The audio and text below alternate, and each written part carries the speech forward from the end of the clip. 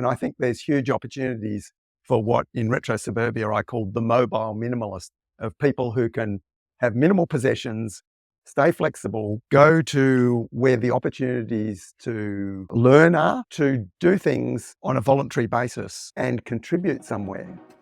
Hey there, Eco Warriors. Welcome back to Are We Fucked? How to Survive a Climate Shit Show. I'm your host, Lisa Camillo, anthropologist, filmmaker, and your guide to navigate the world of sustainability or global disasters. Oh boy, do we have a treat for you today. Joining us is none other than David Holmgren, the Aussie legend himself and co-founder of the groundbreaking permaculture movement. Now, I know what you're thinking. What the heck is permaculture anyway?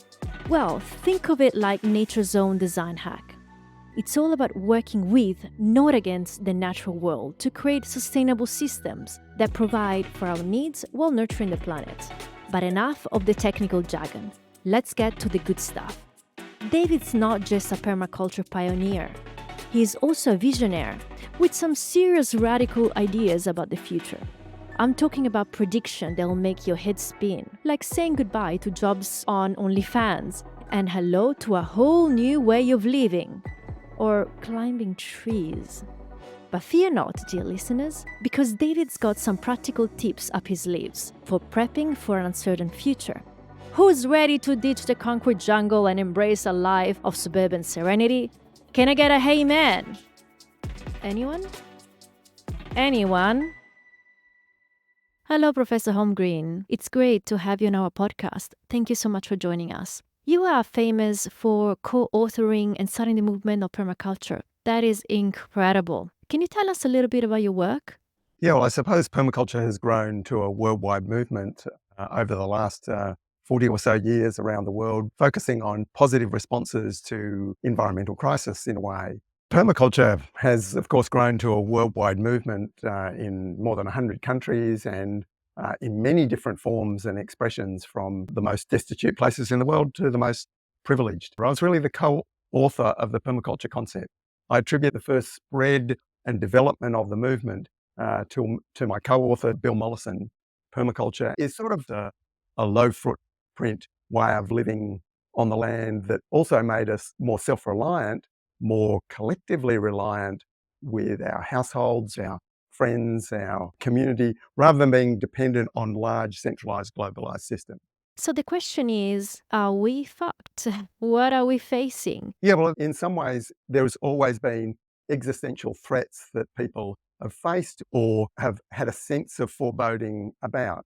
And whether it's incredibly dangerous predators that might eat you if you go out in the dark in many parts of the world for our ancestors, or whether it's the behavior of fickle overlords or raiders, or the punishment from gods for bad behavior of ourselves or our forebears. There's always been this sense of something that we can't control, but that seems worse in the modern world because we've been so used to the illusion that somehow through technology and modernity and urbanization, we've become sort of supposedly, collectively, all-powerful. And then the discovery that we're actually not.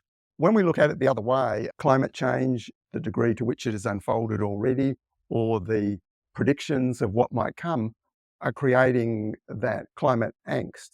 I'm definitely guilty of that. A lot of that is a product of the psychosocial, as well as any sort of aspect of hard, certain predictions about the future.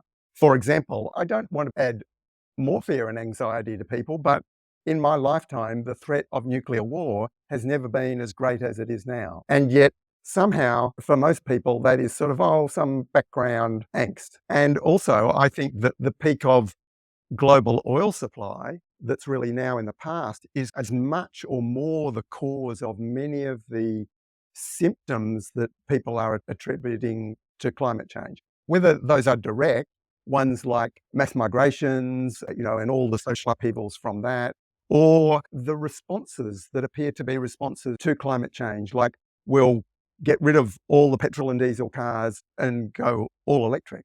I think that is actually really more strongly a response to the fact that diesel is in chronic short supply in the world, and it's being reserved for the military, for large agriculture, for transport. So there's a need to get rid of personal cars that are using that product. So I have my own version of understanding of what's going on in the world and that's part of my work as a futurist to sort of think about those things, as well as, okay, whatever's happening, there's a whole lot of things that are worth doing anyway, no matter what those things are happening, because they benefit us and they benefit society and they benefit the whole of nature. So basically, we don't know what might happen, but we just have to make sure we're ready for it, right? Yeah. So a lot of the permaculture solutions are worth doing anyway, and they build resilience to those challenging, harder times.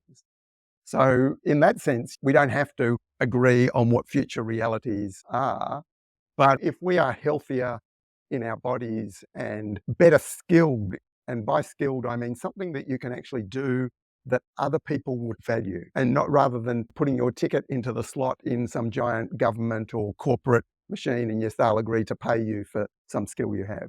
No, some skill that another person will value. Now, whether that's being able to grow food or whether fix a machine or a bicycle or in fact, entertain people with singing and playing a guitar, beyond the media supplied things. It might be many different things in different contexts, but that building those skills of being useful people is always an advantage. Being able to cook from uncertain ingredients, make up, nutritious meals. There's many things that our ancestors, our forebears took as sort of given that most people could do that. And yet now a lot of those skills have become scarce. Yeah, I think that's pretty scary because young people can't work with their hands anymore and are not interested whatsoever. For example, my husband and I bought a house that we're renovating, and we got actually some young people that were supposed to do the job and did complete disasters. And so my husband and I said, okay, let's learn how to do it ourselves. And here we are. It's not actually that hard. And it's fun and it gives you a sense of being self-reliant, and it feels like it's cool. I can do that. It's pretty fun. Yeah, well, I think the first thing is about being more capable of being self-reliant in some small ways that make sense where we already are and that make us more useful to the people around us. I think there's huge opportunities for what in Retro-Suburbia I call the mobile minimalist, of people who can have minimal possessions, stay flexible, go to where the opportunities to learn are, to do things on a voluntary basis and contribute somewhere. And I think that's a huge opportunity often for young people who are trying to find their feet and also start grounding into those skills without having to make the commitment of, oh, we're going to somehow buy a piece of land or even decide for sure where we want to be. So I think at different stages of life, people need different solutions. So not everyone can afford to buy a place in a desirable place in the country, but there's often opportunities to share, to rent, get into an area where you have got some idea that's where you want to be. And then there's also opportunities to volunteer in places. To be able to gain, you need to be able to offer something. So the first thing is to become more useful, working out how to fit in or what needs to be done, and your own health and fitness to be competent, and even learning simple things in the household, how to sharpen a knife. There are so many things that then as a volunteer, people see, this person, has some ability or connection, rather than, this person is someone who has grown up completely in the media bubble and, doesn't know how to tie their shoelaces. Another one, of course, is learning to identify the edible weeds and edible mushrooms in an area you live in many cities, certainly in Australian low density cities, in the suburbs and other places, and where the free food is to forage. Oh, there's a walnut tree that hangs over the fence in that place, or, all of those things are becoming at home in your territory, your environment. If those are good for your own psychological well-being, they might contribute literally to some skills that might be survival skills, but they also are part of a pathway to being a more useful contributor that will get you on whatever your pathway needs to be. As a futurist, what are you predicting might happen, especially in terms of governments? Are the governments going to collapse? banks? It's complex, of course, and different things increasingly will happen in different places in the world. But overall, I think government systems and their control of the key supplies of food and energy and communications will get stricter, and so they won't collapse in the near future, possibly not in the lifetime of even young people today. But it's like you will be offered more and more security, but climb into a tighter straitjacket. So the way I would see that, for example, maybe in the supermarket food system, the government will guarantee that there will be food in the supermarkets, and they will rearrange the economy to make sure that happens. But you might need your ID card to be able to buy at the supermarket. And if you refuse that, then you might be out in the feral food system of grow your own, foraging, farmers markets, informal networks. And so that increasingly there might be choices that people have to make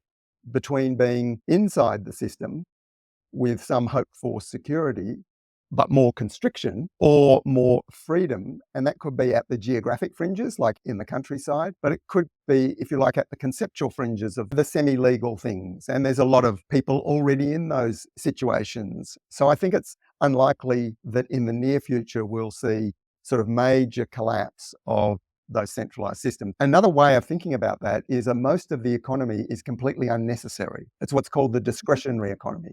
All the coffee shops and the gymnasia and the dog shampoo services and so many things are completely unnecessary. So it seems to me that as society goes into more crises and constriction, those things will fall away, at least for most people. Maybe rich people will still have them, but most people won't, and that the resources get reallocated to the basics, what I, in some of my presentations, have called a potatoes, beer and petrol economy.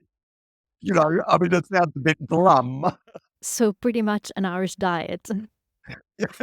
Yeah, so, and I don't mean that sort of literally, but, a sort of a basics. And so that is also, in some ways, a hopeful sign, because if you think of societies in the past when they've faced crises and they had to tighten their belt or eat less or, do less, there wasn't much fat in the system. Whereas our society, there's so much fat. Some of it's literally on our bodies, but all of this excess things that can be redirected to more productive things. And I think governments will do that and people will do it, but the priorities of what is essential and what's the best way to do it for us, for society and the planet, there'll be a lot of different approaches about that. So that's sort of the way I see, those crises unfolding. Absolutely.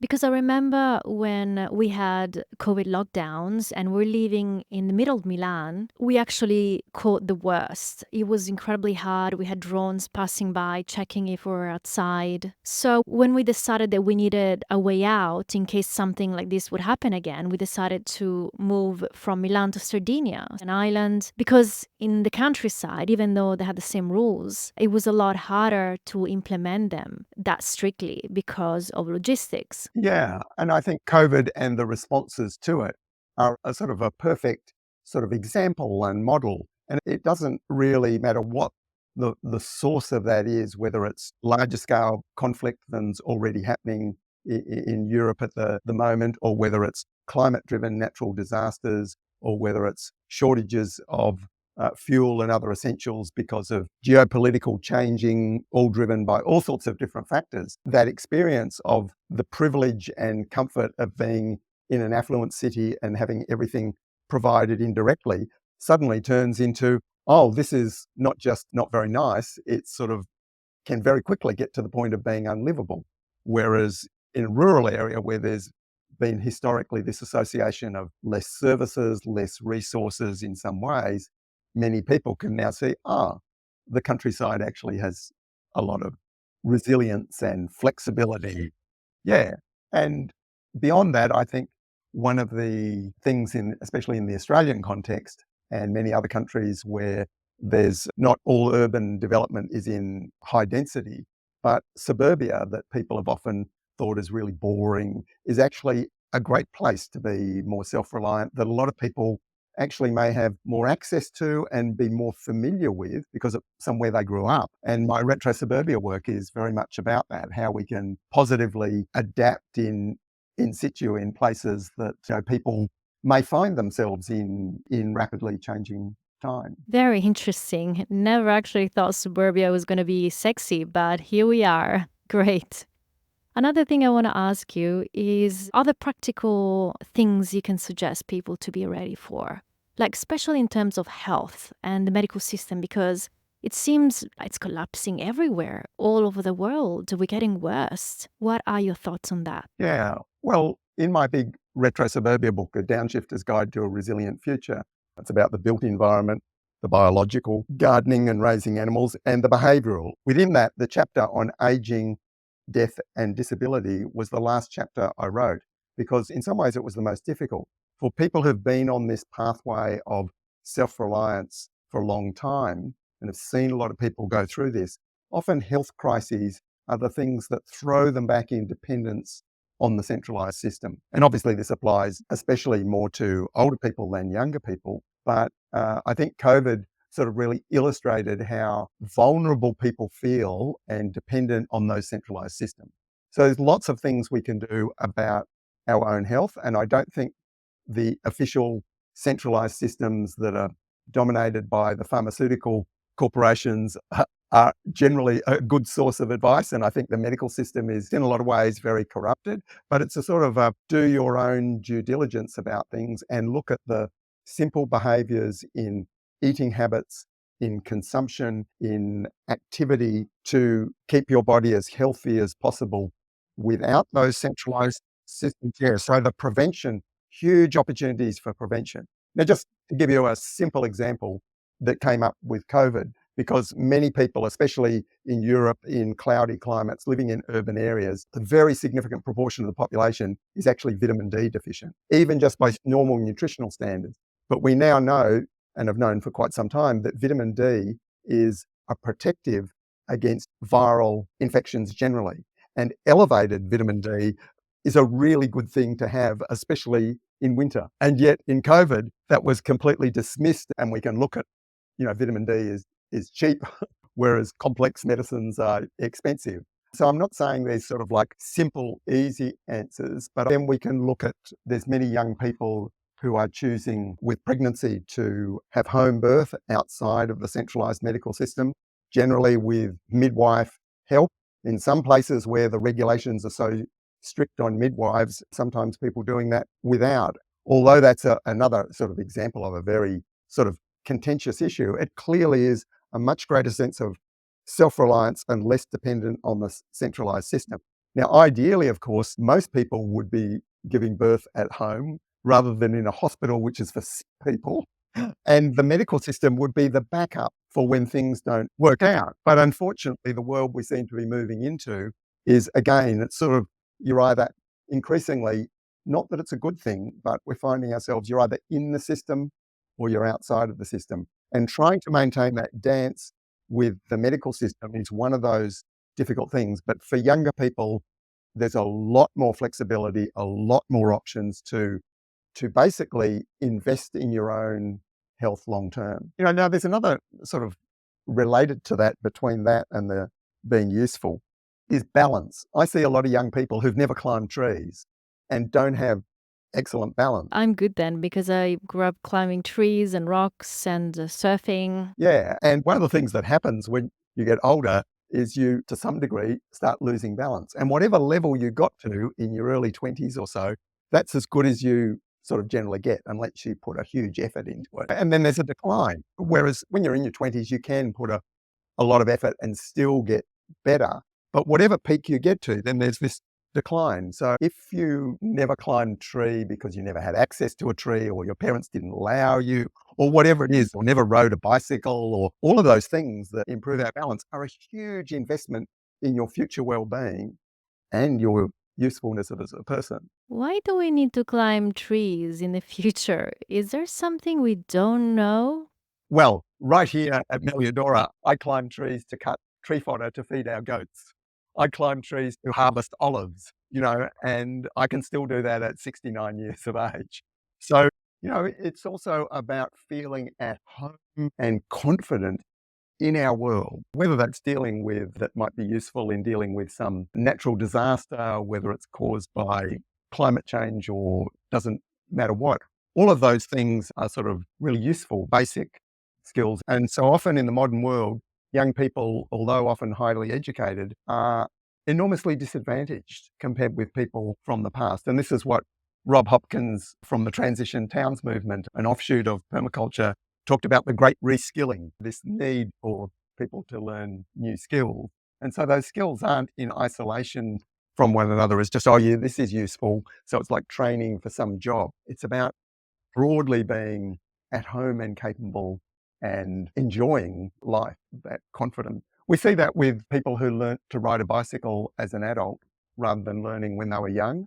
Often they never quite develop the skill flexibility that comes when you learn something young, but it's still open to people in their 20s and 30s to take something they've never done that they should have done as a child and say, I'm going to do this. What do you think we need to do in terms of supplies and stocking up? For example, food. Do you think it's a good idea? Yeah. Well, we take for granted here that having food in bulk is the normal, sensible thing, rather than relying on that the shop will always be open and it will always be full of food. So any sensible household, properly organised, should have storage of food, not set aside for when the disaster happens, but just the bulk supplies that one is working through seasonally. And that's all part of living with the seasons and buying from farmers in bulk when the time is right, and sharing in the community if you don't have enough space to store the bulk quantities that the farmer or the supplier can sell. And when you have that stored food, that's putting a signal into the market system that it should supply that normally. Whereas when you buy in a rush, in a crisis, you're just contributing to the problem. But when you have stuff ahead and you're using it, because different things keep for different sort of periods of time, it's a part of a normal living household cycle. And so that includes things like matches and candles and sensible things to be able to light a fire. I think one of the most silly ideas with modern renewable energy is that everyone should go all electric and have no fire or no wood. Wood energy is really important, at least as a backup, and being familiar with the skills of using that is very important. So yeah, stocking up is sort of, for us, just part of a normal, sensible way of living. And it means we're not using all those unnecessary tiny packages, but it means you need to manage the household. You've got food stocks to protect from rodents and damp or things. And so that involves a bit more organisation. I've seen and been thinking about these things for so long, and I've seen many people's different responses over the decades. And you could say we have been permaculture preppers for 50 years, and a lot of those disasters didn't happen, but it hasn't done us any harm. We've lived a better life as a result, not a life of fear and scarcity. Thanks, Professor Holmgren. You've been amazing, incredibly helpful tips, and not as depressing as most of our speakers. So that helps. Thank you so much for being with us. Thank you. And that's a wrap on another enlightening episode of Are We Fucked? How to Survive a Climate Shit Show. I'm your host, Lisa Camillo, anthropologist, filmmaker, and your trusty navigator through the world of sustainability or disasters. A huge thank you to our incredible guest today, David Holmgren, for sharing his wisdom and insights with us. If you're hungry for more knowledge and ready to take action, be sure to check out David's website at holmgren.com.au. There, you'll find a wealth of resources, articles, and courses to help you prepare for the challenging times ahead. And hey, before you sign off, I want to remind you that Are We Fucked is an Against the Tide Films production. For more information about our podcast and upcoming episodes, visit us at againsthetidefilms.com. If you enjoyed today's episode, don't forget to subscribe to the podcast and to share it with your friends, family, and anyone who's ready to join the fight against the climate collapse. Together, we can make a difference. Thank you for tuning in, climate warriors. Until next time, stay informed, stay engaged, and keep fighting the good fight. This is Lisa Camillo signing off. Take care and remember, the future is ours to shape.